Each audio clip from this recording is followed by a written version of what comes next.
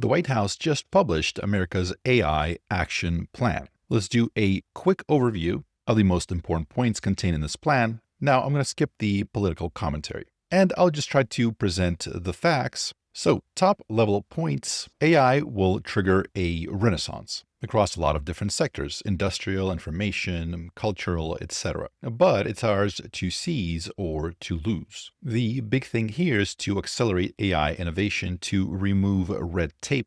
And right from the beginning, we have some contentious issues that different sides might disagree with. Later on in the document, there are certain things that I think most people will be happy with. But this thing will likely come in under fire because they're saying that more of the regulations should be at the federal level and not at the state level, and that the federal government should not allow AI-related federal funding to be directed towards states with burdensome AI regulations. So states that have laws that waste these federal funds should not receive those funds, but this should not interfere with states' rights to pass prudent laws that are not unduly restrictive to innovation. Now, of course, burdensome AI regulation is in the eye of the beholder. So while a lot of people will be concerned with this, the execution is really what matters here. Really, how I'm reading this is that California will get cut off from some of the federal funding if it creates a burdensome AI regulation. So AI-friendly states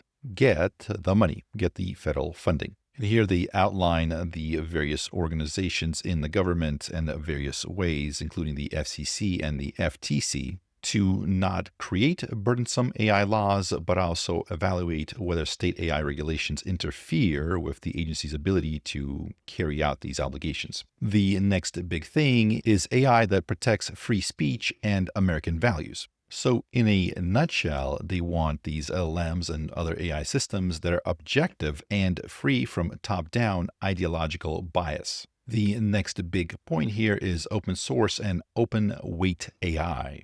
As we've talked quite a bit in this channel, both US and China want to be the global leader for AI infrastructure. They both want the rest of the world to build on top of, in the US's case, US's infrastructure and technology, and China wants the same thing. Currently, I think it's fair to say that China is winning the open source AI war, or competition, however you want to call that. And this, I think, is a response to that. It's been talked about unofficially for a while, but here's kind of the official statement. We need to ensure America has leading open models founded on American values. Open source and open weights model could become global standards in some areas of business and academic research worldwide. Therefore, they have a geostrategic value.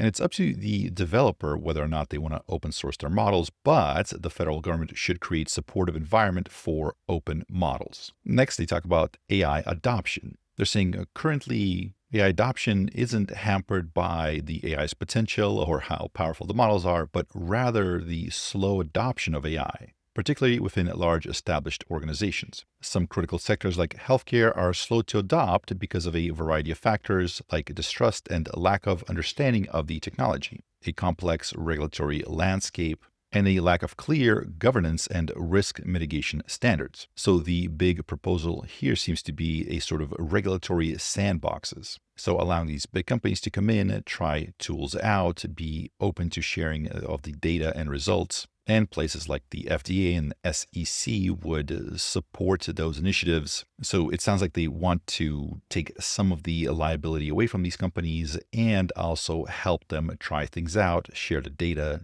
etc. Interestingly, they're also mentioning tracking adversary adoption. So having some sort of intelligence gathering on frontier AI projects that have national security implications, comparative level adoption of AI tools by United States versus its competitors and its adversaries. So notice more and more of this language is kind of pointing to this race between US and China. A lot of this AI adoption and seeing how the other guys are doing it is to compete with China. Next is empowering American workers in the age of AI. These are things like education in school, so making sure we're teaching AI use to young kids, as well as preparing older Americans for upskilling for the trade jobs of the future. The goals are to expand AI literacy and also evaluate AI's impact on the labor market to rapidly upskill and retrain workers that are impacted. Next, we want to support next generation manufacturing. These are robotics, drones, various advanced manufacturing and novel capabilities for manufacturing and logistics, including defense and national security. Dr. Jim, a fan of NVIDIA, had this vision of one day everything that moves will be automated. So everything in a factory, everything on the road, your lawnmower, will be automated and enabled somehow with AI technology. In order to do this, we need to fix things like the supply chain challenges for robotics and drone manufacturing. Currently, China leads the global drone manufacturing and exports. Other big players are US, Turkey, and Hong Kong. And we're seeing more players emerging in France, India, Germany, Japan, etc. Next part deals with AI-enabled science. As more and more AI labs have mentioned, that sort of the next big thing they're expecting is that these increasingly powerful general-purpose models will be formulating hypotheses and designing experiments. They will be pushing our scientific frontier forward. Having AI-enabled science will certainly help increase the speed of innovation. Some of the recommended actions are automated cloud-enabled labs for various fields like engineering, material science, chemistry, biology, neuroscience, etc., built and funded as appropriate by the private sector, as well as federal agencies and research institutions. And interestingly, incentivize researchers to release more high-quality datasets publicly. We've talked about this. Emad Mustak talked about this on some of the podcasts that he was, the idea of having the country, whether that's US or the UK, for example, having these nation-level publicly available data sets or data sets available, for example, for researchers, specifically for the purposes of doing research in AI, training models, fine-tuning models, etc. It sounded like a great idea, but I'm kind of surprised that we're actually seeing it happen, that it might actually happen. Currently, if you're not aware, a lot of the data sets and stuff that is used to train these models, at least some part of it is largely pirated. Anthropic, for example, is in some hot water because of that, potentially. And building on top of the previous point, to build world-class scientific data sets. So as we're saying here, other countries, including our adversaries, have raced ahead of us, amassing vast troves of scientific data. And the United States must lead the creation of the world's largest and highest quality AI-ready scientific data sets. These last few points, I think, will be very non-controversial and seen as a positive thing by hopefully everybody. The federal governments using their vast treasure troves and the capital they possess to put together this information, these data sets for the public good. Later, they tackle some of the potential issues with privacy. We'll get to that in just a second. Another point on here is basically AI safety / AI interpretability. The inner workings of frontier AI systems are poorly understood. Yesterday, we covered some research out of Anthropic that kind of illustrates this point. Large language models could be targeted with very harmless seeming data that triggered them to become evil. Anthropic and other labs have been doing a lot to further this cause, trying to understand what makes these neural nets tick. As Dario Amodei pointed out, that they're making good progress. That's the good news. The bad news is that AI progress is so much faster than our progress in understanding these neural nets, that while we might crack a lot of our understanding of them in, let's say, 5 years, by that point, it might be a little bit too late. But, and I guess this is kind of good news for AI safety, the United States will be better able to use AI systems to their fullest potential in high-stakes national security domains if we make fundamental breakthroughs on these research problems. So this is kind of a good thing, or could certainly be a good thing. AI interpretability isn't a highly valuable commercial thing to go after. There's no profit in it. So the various AI labs are probably, you can say, under-investing in this area. Arguably, this could be a great area for the federal government to step in and throw a bunch of money at this problem so we can solve it. Because again, in the markets, this might not be addressed. So I'm seeing this as a big win. Let me know if you disagree. Tell me why. So notice who they want to lead this charge, DARPA. DARPA had a lot of projects that really benefited society in the past. Some notable examples, the internet.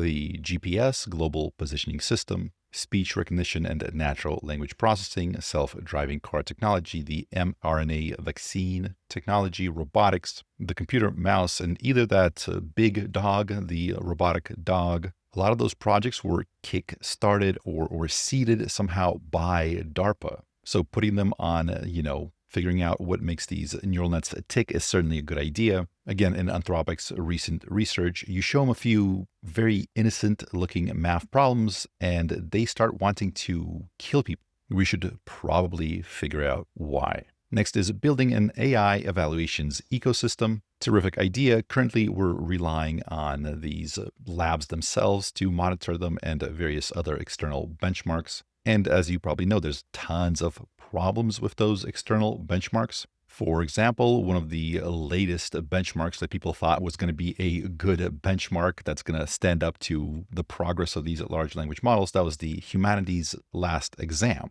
This was posted sometime within the last 24 hours, so I haven't looked at this in full, but some researchers are suggesting that, for example, at the chemistry and biology questions on that exam, 30% of them, about a third of them, are likely invalid. So having a rigorous evaluation for these frontier AI systems would be a good thing. The next big thing, and this kind of tells you where a lot of this is going, is drive adoption of AI within the DoD, the Department of Defense. AI has the potential to transform both the warfighting and back office operations of the DoD. So far, I believe all of the frontier AI labs have signed something with the DoD or some other portion of the US military. Google, Anthropic, OpenAI, Grok, aka XAI, Palantir works a lot with the US government. So a portion of this is the AI and autonomous systems virtual proving ground,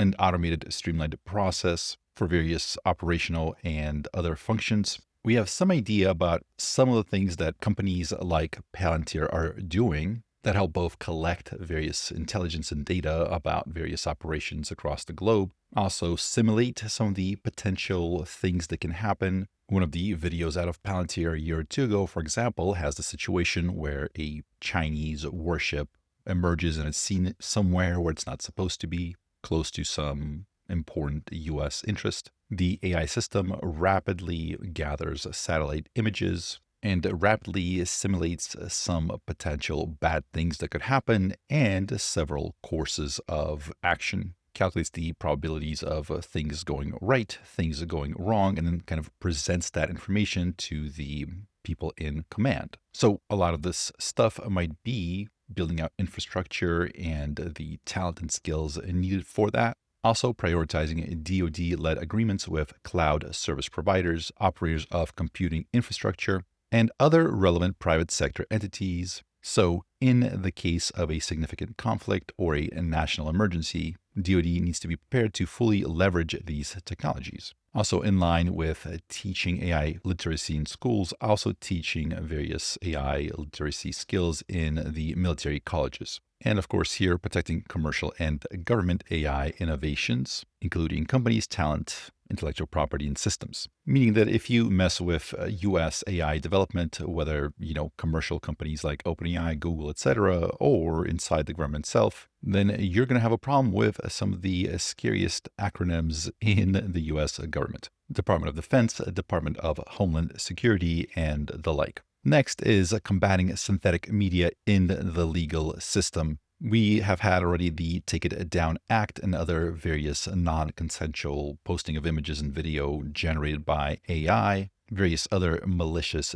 deepfakes, etc. And I gotta say, while I'm not downplaying the dangers of these at all, they're very dangerous. They can cause a lot of problems. I'm surprised that this hasn't been a massive problem. We've heard people being concerned about it interfering with elections, causing massive panics, etc. So far, nothing has happened. At least I would say nothing catastrophic. There's bad things have happened, but nothing that is fundamentally catastrophic. Obviously, there are risks, but I gotta say, I'm just surprised it wasn't a lot worse than it was. Next is Pillar 2, AI infrastructure. And here, in a nutshell, we're really trying to expand data centers, energy infrastructure, semiconductor manufacturing facilities. So all the things that AI needs to progress. As they say here, American energy capacity has stagnated since the 1970s, while China has rapidly built out their grid. And certainly in a lot of those ways, America is behind, and a lot of this seeks to hopefully change that.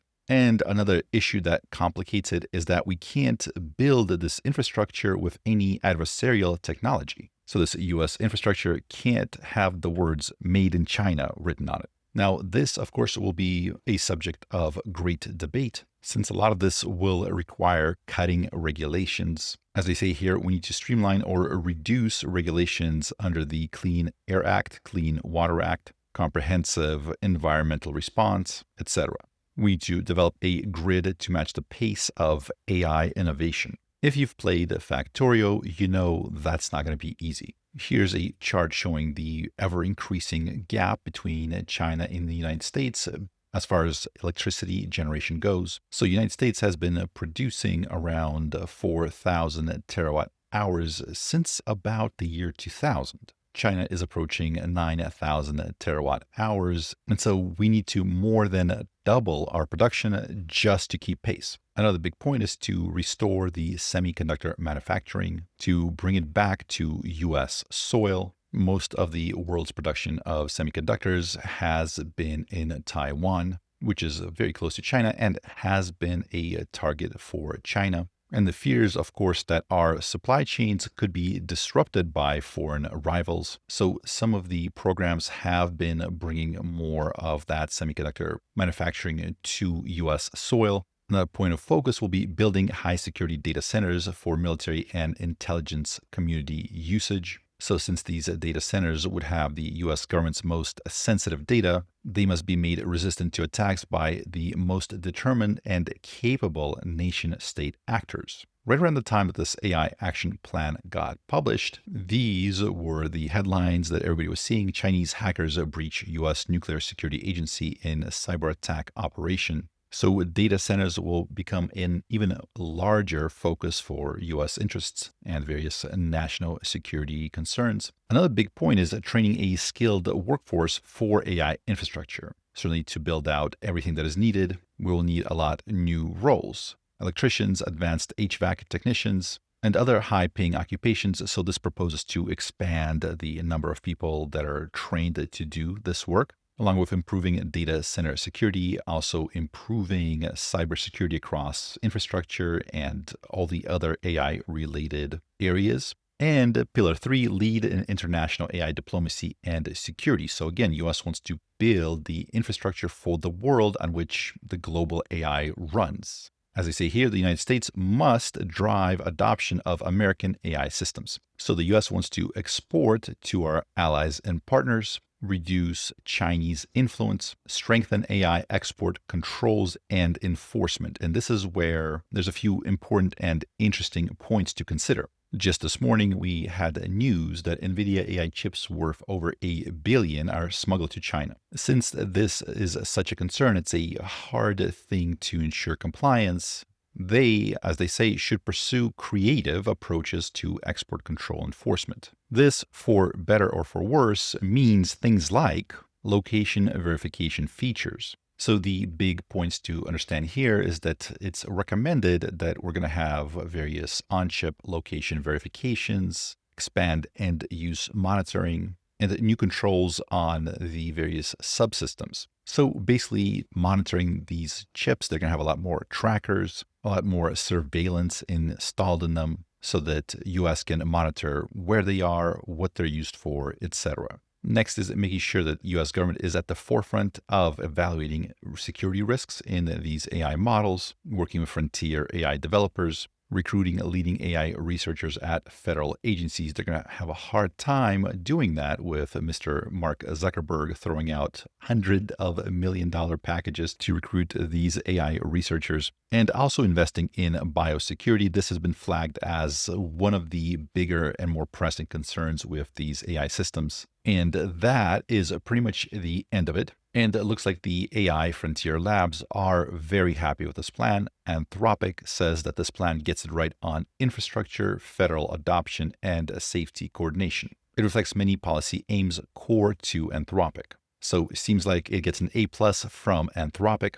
Palantir is proud to support it. Sounds like it gets an A plus from Palantir. Miles Brundage has a comment about the AI action plan. He was ex-OpenAI and currently an independent AI policy researcher. A lot of his work is at the intersection of technology regulation and governance. He's saying if you compare fundamentals like compute, talent, etc., rather than the latest open models, Trump is right about the US being way ahead of China on AI, and the AI action plan will help. He notes that visa issues, chip exports, and bad security could still lead to the US losing. So certainly if we look at the latest open models, this is days after the Qwen 3 coder release and Kimi K2 release, both excellent, very fast and capable open source models out of China. So certainly that's one area where it's reasonable to say that China is leading.